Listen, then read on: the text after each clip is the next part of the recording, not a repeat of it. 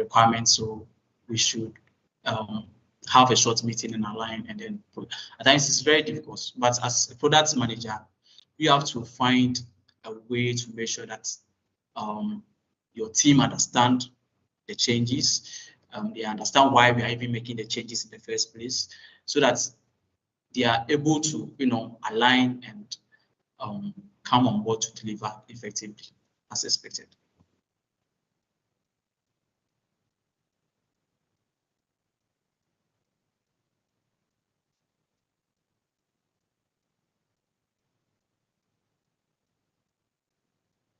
Vanessa, you are muted again.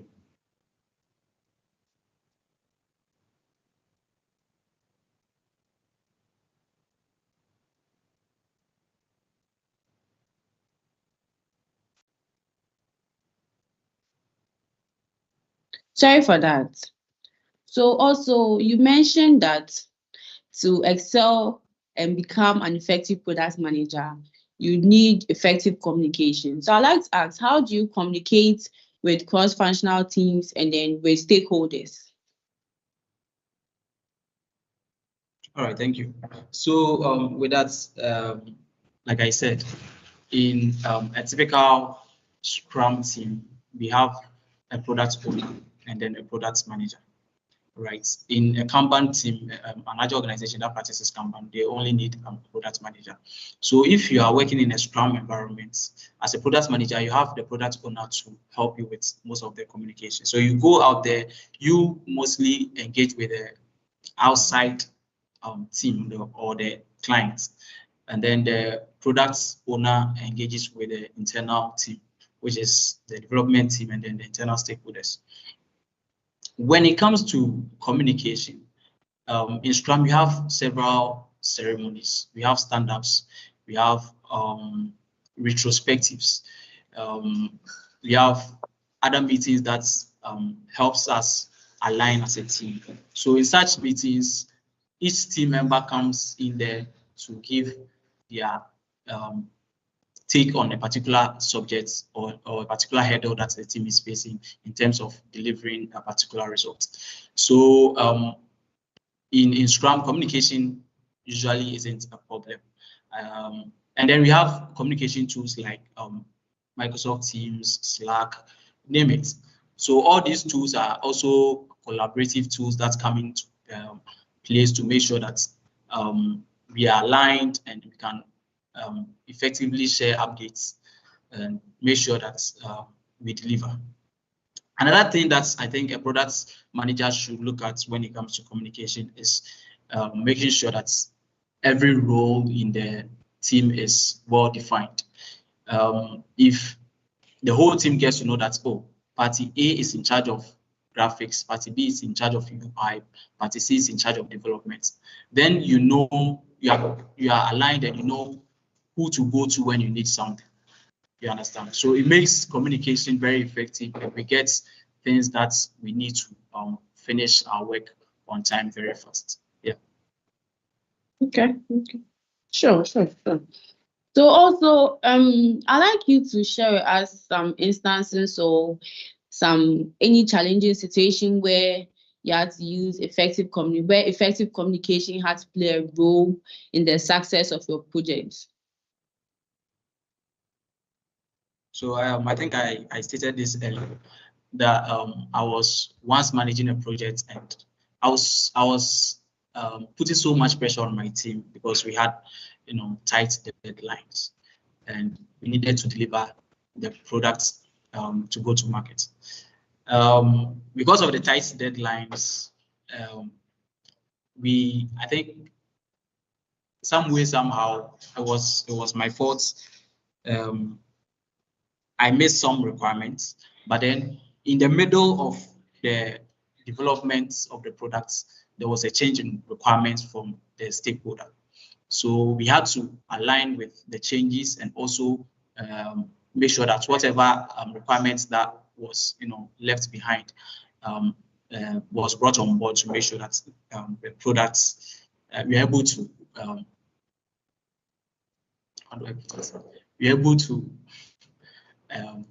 refine the products. Yeah. So in such situation, I think we were running a 2-week sprint. So we were done with the first week, and then we're still working to finish up on the second week. I had to call an emergency meeting, align the whole team, give them details as to why there was the need to, change certain things on the products, and we had to align on the new changes. This helped a lot because the team got to understand. They asked questions. I gave them responses, questions that I didn't have answers to. I told them to give me time. I had subsequent conversations with my stakeholders and customers, and then we're able to get responses for the team. And this helped us in using that 1 week effectively to align on the new changes, and we're able to even start to work even before the end of the sprint. So that is my experience on that part, and I think it is good for product managers to communicate real time when they feel the need to communicate. Yeah, thank you. But you said, with what you were saying, you said there was a time where you had to call for an emergency meeting because you had a fault from your end. You having a fault from your end and then calling for an emergency meeting amongst your team doesn't make you like an impediment onto them, because they have taxes to complete, and then you come out of nowhere to just bring in a meeting due to a mistake from your end. Isn't that sort of an impediment? Well, you say that is an impediment, but the thing is, product managers are human, right? We have a lot to work with. We have a lot of things to do, a lot of research, a lot of requirements, especially when you are managing a backlog. You have to break stories down. You have to give each story an acceptance criteria and everything. So you have a lot on your deck. So most of the times, some minor things might escape you. And I don't think that is a problem for Agile, because Agile allows for some of these things. When you are working on a waterfall project, that is when changes becomes very difficult to make. But when you are working in an Agile organization, you can make changes every now and then. So I don't think it was an impediment, because it happens every now and then. There have been several projects that I have been a QA on that I wasn't the product owner on, that there have been changes from stakeholders that we've had to, call emergency meetings and then align as a team and then progressed. So yeah, I don't think it was. Okay. Well, I was thinking it will be an impediment then, because, as you said, we all have taxes to complete and just chip in meetings. So well understood.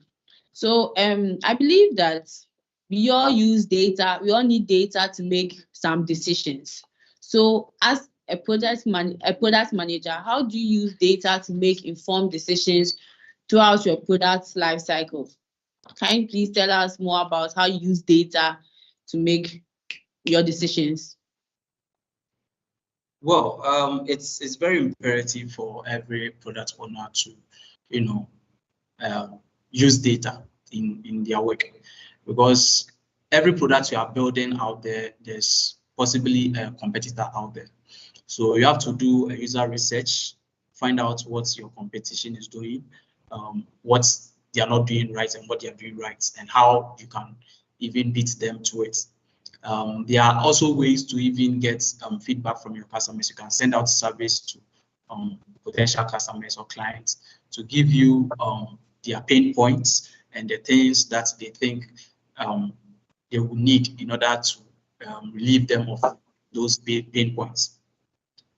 Aside all these things, most of the times when you are done with your MVP and you launch it to the market, the MVP is just to test the market and see how the customers react or engage with your product.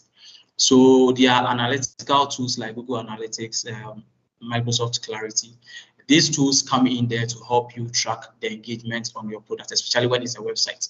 It helps you know which functionalities or pages that your customers are engaging with to give you information on which action or which feature to improve on.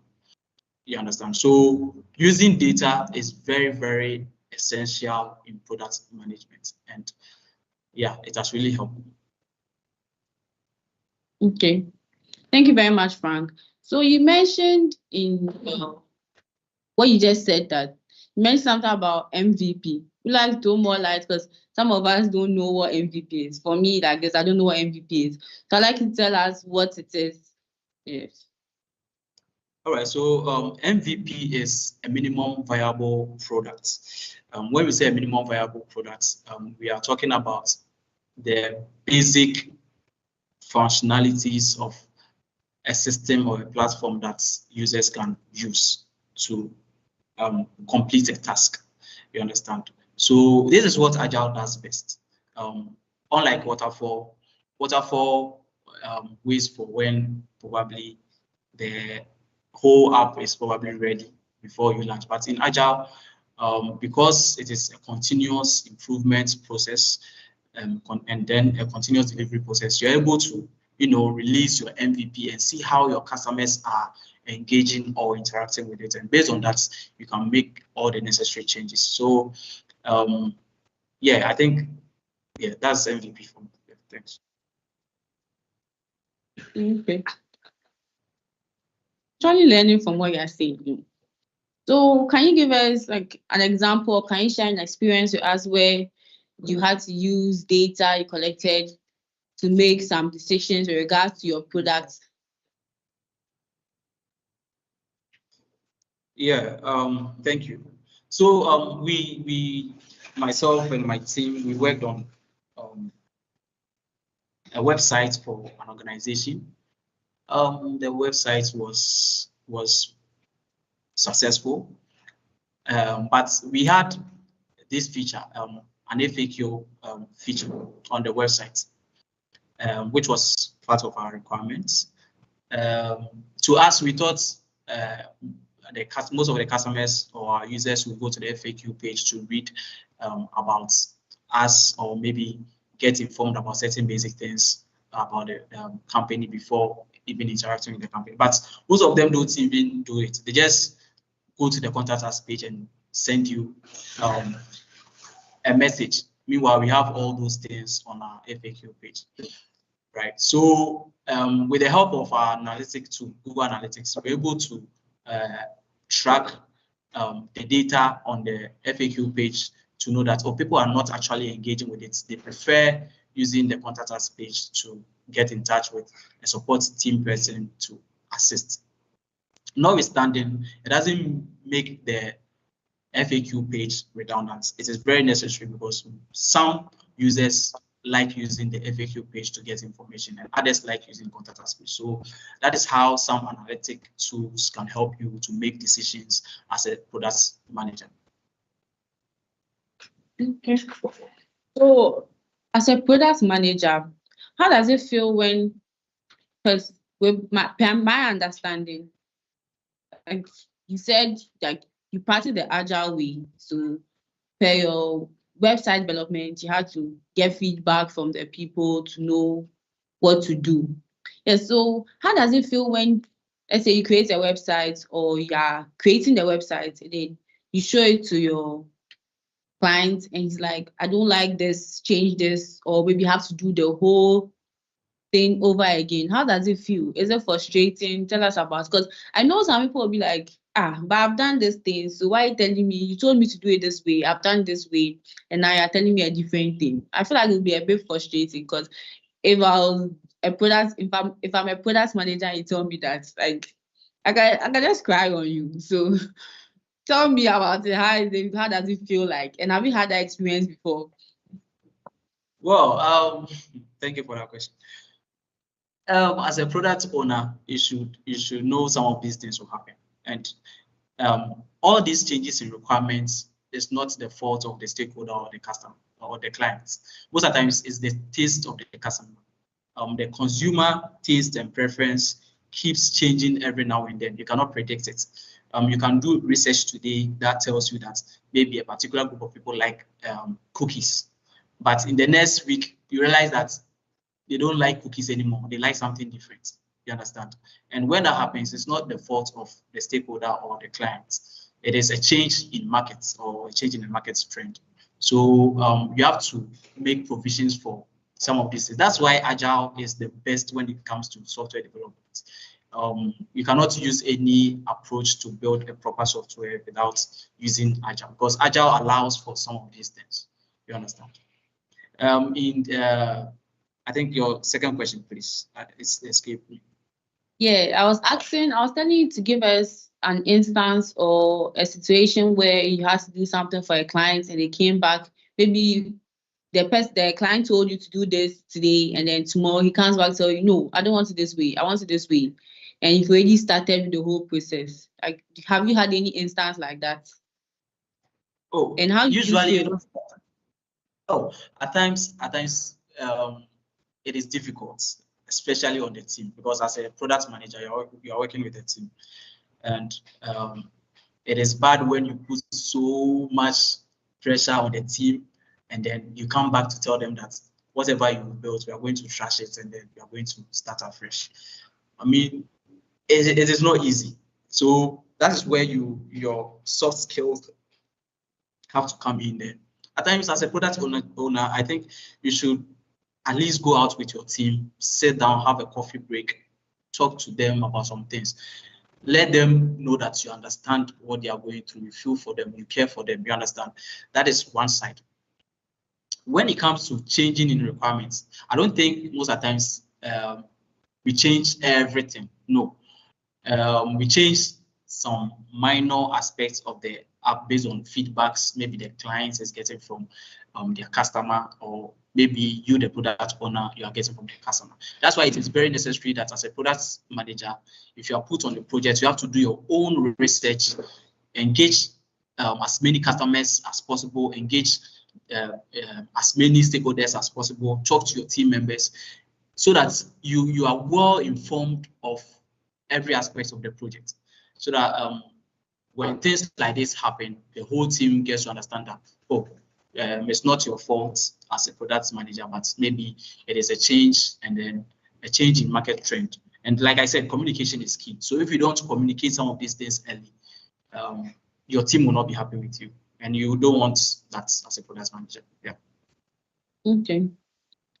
So let me give the opportunity for our participants to ask questions. So there's a Q&A session option where you can choose to voice out all your questions. So you write your questions there. After the interaction with the guest speakers, who have time to address all your questions. Thank you. So Frank, is there an instance where maybe your team member has fought with you because they spent so much time doing something and then they had to later change it or something? Like I said, we are in a human environment, so some of these things are bound to happen. But if you find yourself in a corporate environment, there are places that, how do I put it? We have communication channels, right? So if you have grievances, you can easily communicate via those channels. Moreover, in an agile organization, there's a Scrum Master. The Scrum Master is responsible for resolving some of these issues. So if you're a team member and you think the workload is too much on you, or maybe there has been a persistent change in requirements and it's affecting your delivery, you communicate with the Scrum Master. The Scrum Master will align with the product owner, and if it is necessary to have a whole team meeting on this, of course, we can have that meeting. And the product owner should always be open. You don't have to come around acting bossy on your team. You are not, that is not good for you as a product owner.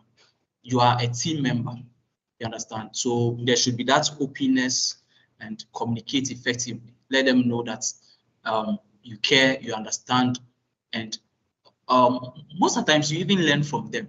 Because I've been on projects where I had little knowledge on the back-end frameworks that they were using, but my team members were able to give me in-depth understanding on every work that will happen in the backend. So if you don't have that good relationship or rapport with your team, it will affect you as a product owner and trickle down to affecting the whole product itself, which will make you feel as a product owner. Yeah. Okay, so you'll be mentioning agile, yeah, agile day, agile, yeah, agile day. And then I've heard of a waterfall. Yes, I've heard there's agile and waterfall. So I'd like you to like tell us more. What's the difference between agile and waterfall? And which one do you think is best practiced? Yes. Well, thanks once again. Sorry, So, like I Frank. said, Before I continue, welcome, Kelvin. Hi, thank you very much. I'm so sorry for Hello. joining late. Okay, so you actually missed some parts, yes, but we'll not leave you out. We actually have some questions for you. So No Frank, let's get back to Frank to answer the question, then we take it from there. So Frank. All right, thank you.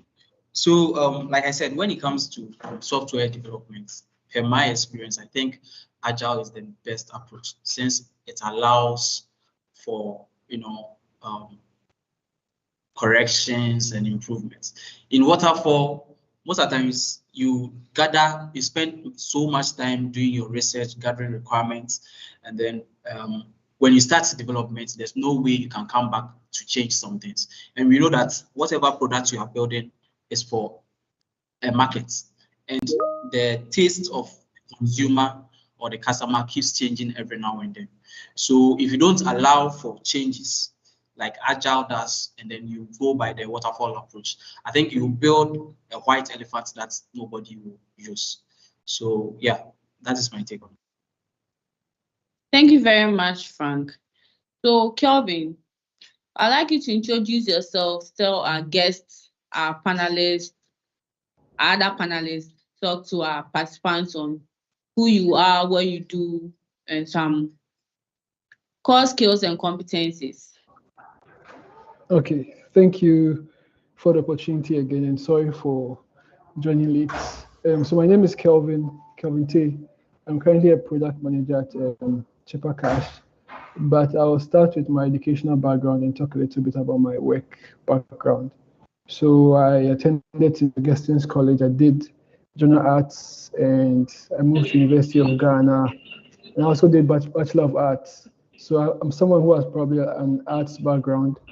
And after university, I did my national service at Airtel Tigo. It was then Tigo, but now it's Airtel Tigo in their business department. So I started off with as after sales support. So when they launch a product, I talk to the customers to find out how it's going, what their pain points are. So that was basically like my introduction to product management. And along the line, I also started doing product testing because people usually don't like to test. So they want the national service person to do the testing. And in testing, you need to know how the product works end to end to find the bugs and know what to test out for. So that was where my interest in product management started whilst I was doing product testing. So people started coming to me for questions because I was the one who learns the product the most. And I was looking up to my then manager, who was a product manager. And after national service, so Airtel Tigo merged to become Airtel Tigo. So there were a lot of vacancies in the company. And there was a role for product experience executive, which basically is someone who tests the products to ensure that the customers are happy with it all the time. So based on my experience with testing, I landed that role. I did that for about 2 years, and there was another opening for a product manager in my former department, and I moved there as a B2B product manager. And I spent a year at Airtel Tigo before I moved to Chipper Cash in 2022. So that's just a brief summary of my background. Okay, sure. So what influenced you, or what inspired you to be a product manager? Is it just because there was a job vacancy and you wanted to occupy it, or there's a different motive. What influenced you? Sorry. Yeah. So prior to my national service, I knew nothing about product management and anything else. So I'll say it's more of, you know that saying where they say when life gives you lemons, you make lemonade out of it. So it was kind of a situation I was in and trying as much as possible to get to the top because I found myself in after sales support in product testing. So I was like, what does my boss do? My boss was a product manager. What does he do? What do I need to do to get to his position? So that's how it started, and he built a lot of products that really inspired me to move into product management. At the time, I did a few online courses as well, and I always believe that opportunities will come, but they need to be ready for them. So once I found what I wanted to do, I wanted to be a product manager, I started learning from him, reading about product management, and that's how it all started. That's actually a great story, because Yeah, you became a product manager not knowing anything about it, but gradually, right now, you are very good at what you do. That's actually good. I think the other people who are also there saying, oh, I don't have any knowledge on product management and I think it's yeah. difficult. Yes, but with what you are saying, I think I can also become a product manager. Trust me, you So, can. You just need to be yeah. determined. You can. Okay. Sure. Thank you. So, have you had any regrets being a product manager? Regrets, I'll say no, but there have been some challenges along the line. So let me see where I can start. In terms of challenges, I learned product management the hard way. Although I mentioned that I read some books and all, there was no practical knowledge of the job. So I had to learn on the job. I made some mistakes and made some bad decisions while I was starting up and all. But then I think that one of the main things was not putting the user first in my early product career. So when I started at Airtel Tigo, it was more like we need to do this because we have to, because let's say Vodafone has launched something and we also have to react. You get it? It was just like MTN, Vodafone, Airtel Tigo. We're just going at ourselves. So if Vodafone does something, we need to react to it, right? So that was how I was approaching it. So that was my main challenge in the beginning, just doing things the hard way, reacting to people's products, but not learning from the user and the business values. So those are my two challenges in my career. Okay. So, I'm sure there's some people here who want some advice from you. So, can you please advise us? How do we build a career in product management? Let's say we're aspiring to be product managers and we don't know where to start from. How do we go about it? How do we build our careers? Okay, I'll say there are two ways, right? The first one is for existing professionals. So, product management has so many stakeholders. There's customer experience, there's marketing, there's data analytics, there's engineering. So if you are in any of the stakeholders, it's very easy to move into product management. So for example, for me, I started from after sales support, which is customer service. So if you work with a product manager or if you're a stakeholder to product, it's very easy to move into product management because you get to understand how it works and what you need to do to supplement or learn the other skills. Because although you as a product manager, you need to understand what each person does, each stakeholder does, so that you're always ahead of the curve. And the second part would be someone who is starting new. So there are so many online courses, there are so many books, and now there are even institutions that out there that teach people the practical lessons or practical and soft skills of being a product manager. So one of the such institutions is the Lean Icon institution which you guys run, a very good initiative. When I started product management, this wasn't there, so I had to do it the hard way. And there are also a few online courses and books that I can recommend in the chat section for new people in product management. But one thing you need to have in mind is that product management is like, I always see it as, I like football, so I'll say it's like being a coach of a football team, right? You have like a backroom staff who are the people you work with, and you have the players of the game who are your users. So see it as you being a coach of a football team. Try to get understanding what everybody needs, and I think with these two principles, you should be able to move into product management easily. Yeah, because there are always opportunities out there. Nowadays, things are a little hard, but I think once you position yourself rightly, opportunities will come.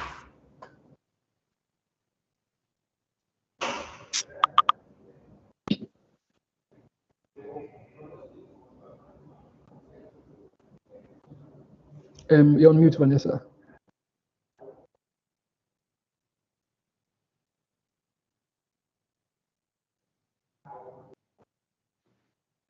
Vanessa, you're still on mute. Yeah. Okay. Okay, sorry. So, me personally, taking as I want to be a product manager, can you please show me or tell me the roadmap I'll have to follow to become a product manager, an effective product manager? I just don't want to become a product manager just like that. I want to be very effective because I need money. And also, I heard product managers really earn a lot. So I'm sure a rich man, what I've heard. When you finish, then you tell me some small tips and bits of how to cash out. I want to be like you guys. Yeah. In terms of the roadmap, I'll say you should focus on 3 key areas. One, understanding the user needs per the industry you're in. There are so many industries. In the fintech industry, I used to be in telecommunications, so it depends on the industry you're in. Understand what the main user needs are and pain points, and also understand the industry values or your business values. What drives your business? What drives the industry? So, for example, in the fintech industry, one thing that is key is charging fees and commissions on payments, right? So you need to understand how it works, how the pricing works, and probably forex rates. It depends on the institution you are in. And the last one, which is it's not compulsory, but it's something that I have started learning recently, which is the technical side of product management. Trying to understand how the integrations work, how engineers develop code, just so you can relate with them on that level and to ensure that you understand what you want and you understand what you want them to do. So personally, I've started learning technical product management. I took a course like last month on APIs just to understand that whole technical part of it. I think in these 3 key areas, you should be in a good position to be an effective product manager.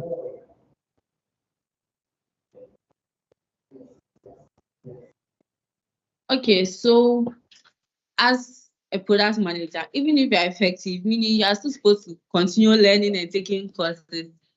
Or once you learn product management, you're a product manager, that's all. No, it's an unending process, trust me.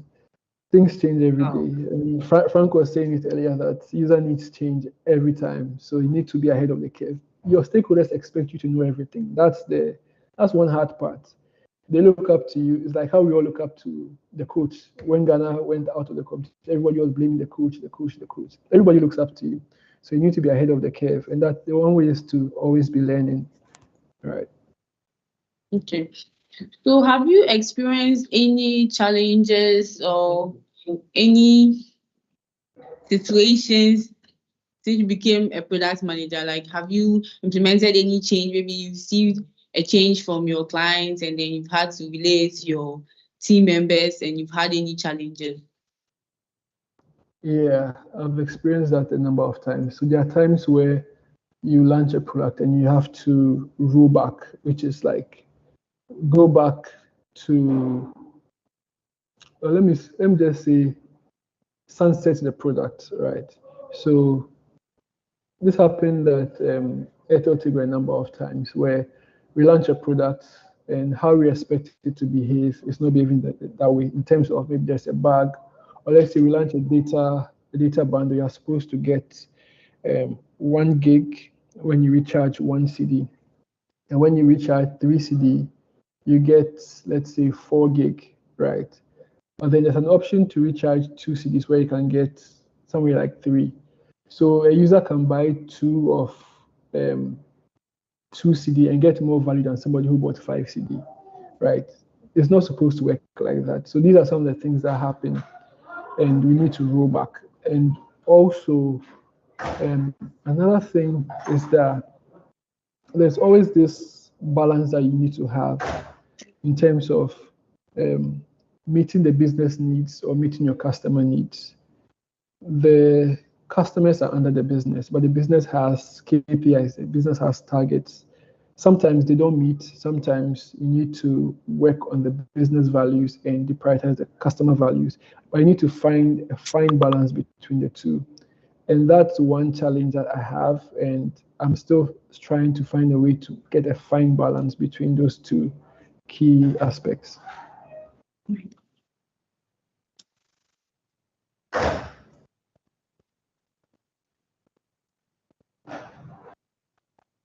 Okay, so we have a lot of questions from our participants. So I think we should move into the question and answer session and then answer a few of their questions and then see and get back to the talk. Okay. So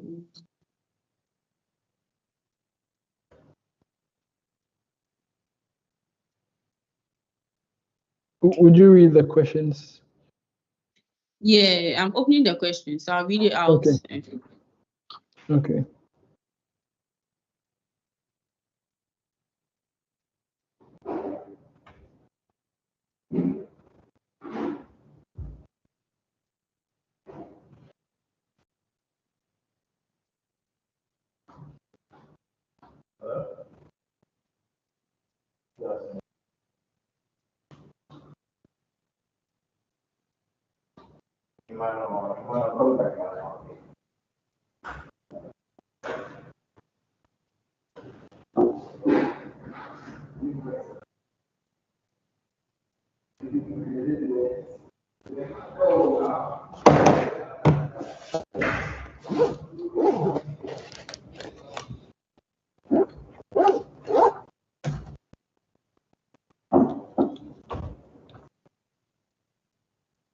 Okay, so the questions. Someone's asking, how important is a background in IT or coding for being a product manager in a tech field or a tech adjustments business? Yeah, I think I can take that one.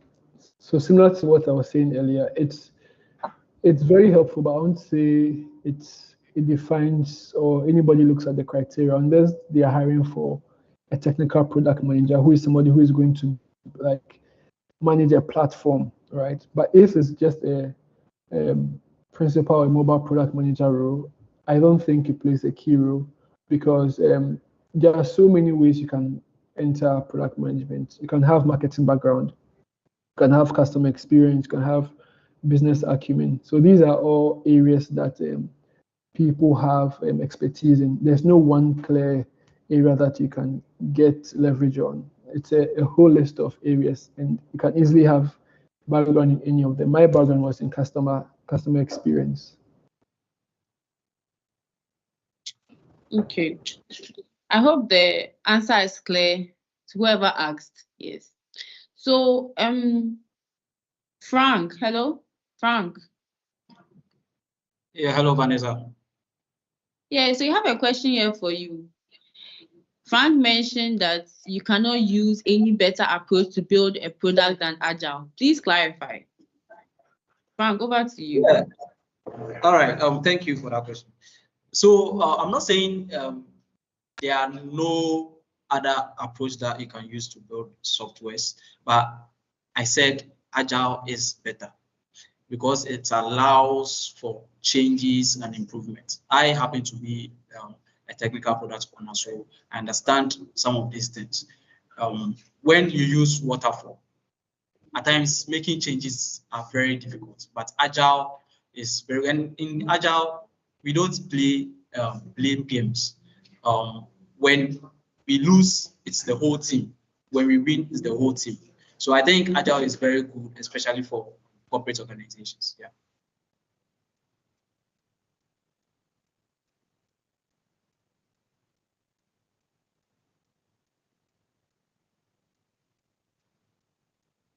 Much, Frank. So the next question, please, a minute.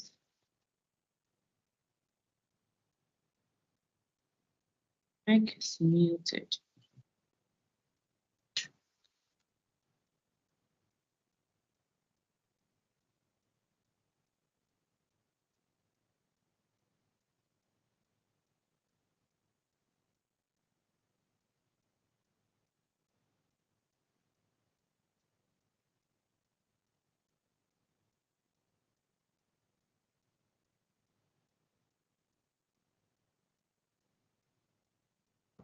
You're on mute, Vanessa.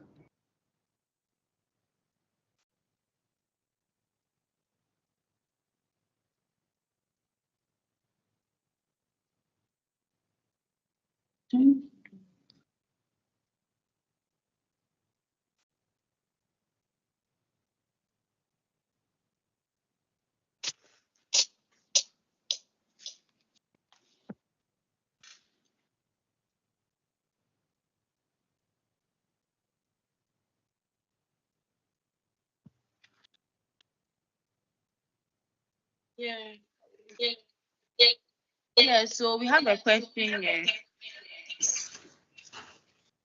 Yeah, so someone is asking, how can one know the specific industry?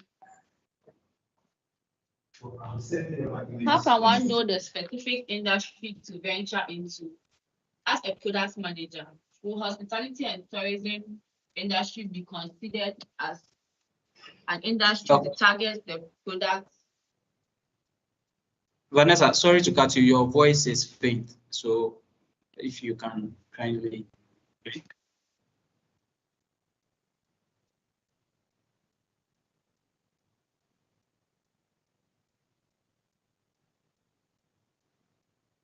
Okay, so sorry for that. So the questions.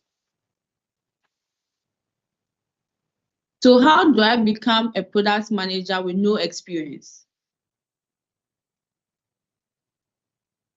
So Frank, how does one become a product manager with no experience? All right, thanks. So like Kelvin said, being a product manager depends on the kind of projects you're going to manage. When you are going to manage, let's say, technical products, let's say software build products, then you need to understand the technicalities of the product. You understand? Because if you don't take care, your developers, they will lie to you.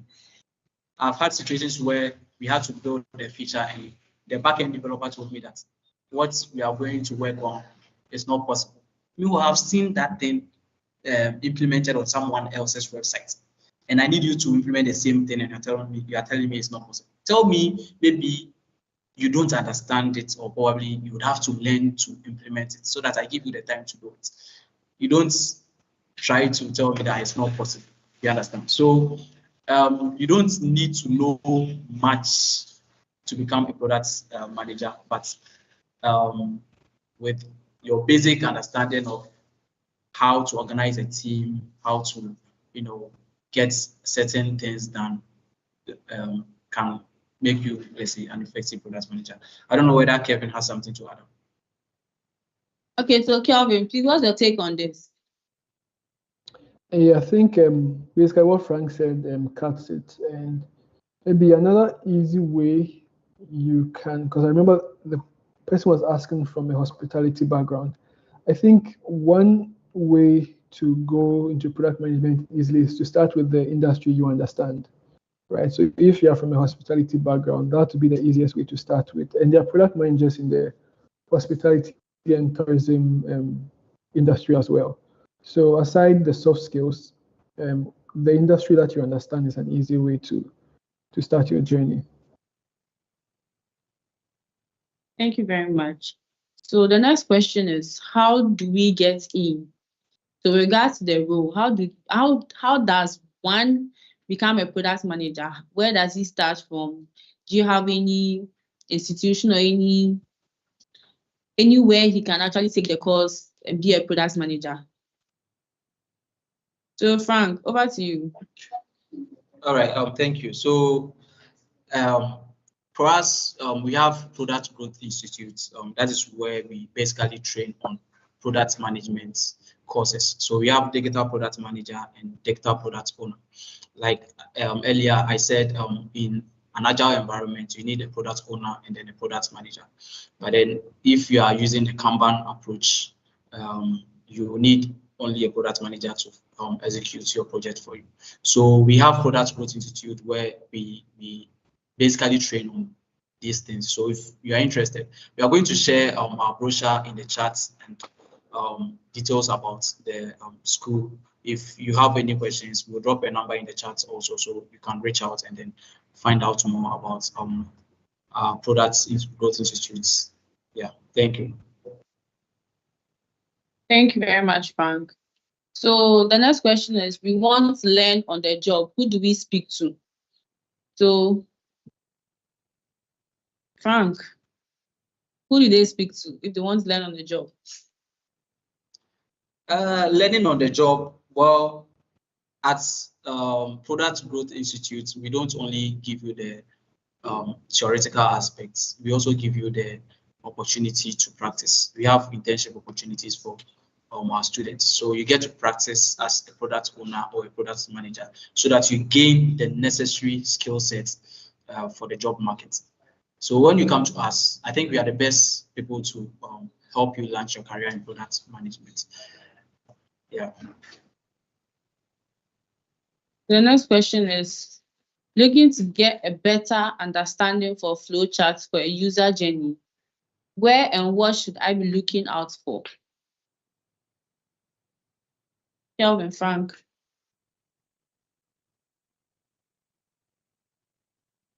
Sorry, can you take the last bit again?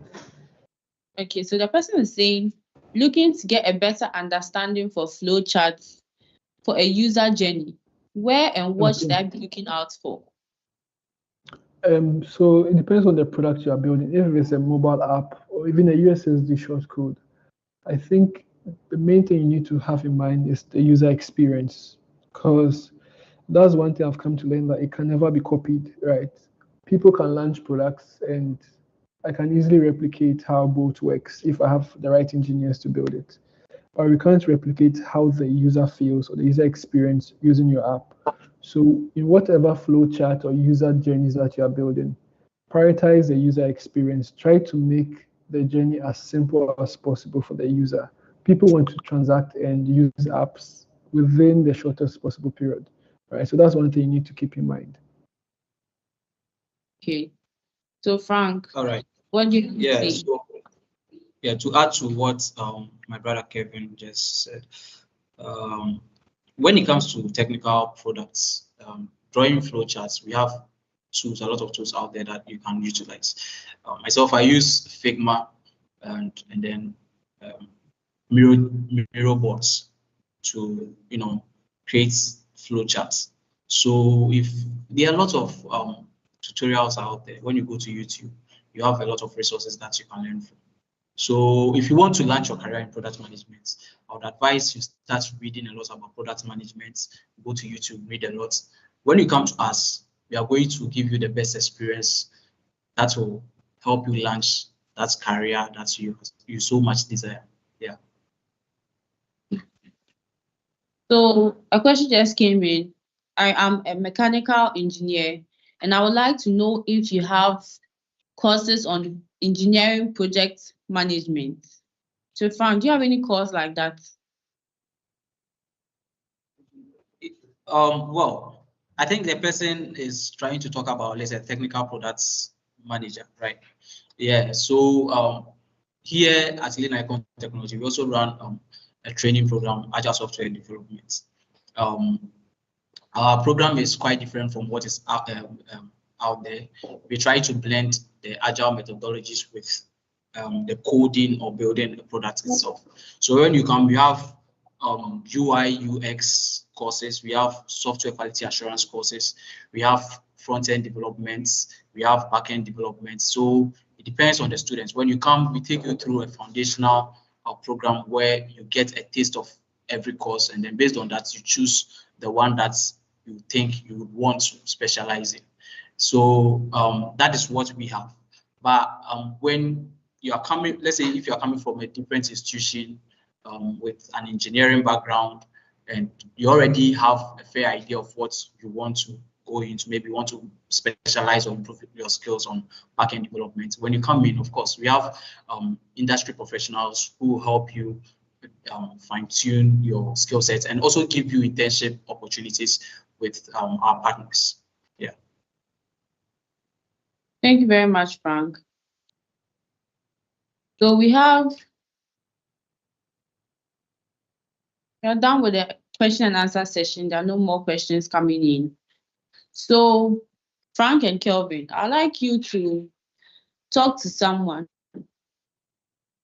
So I'd like you to talk to someone. So I know there are people on this webinar that are inspired by what you said and would like to go in for a course on product manager or become a product manager.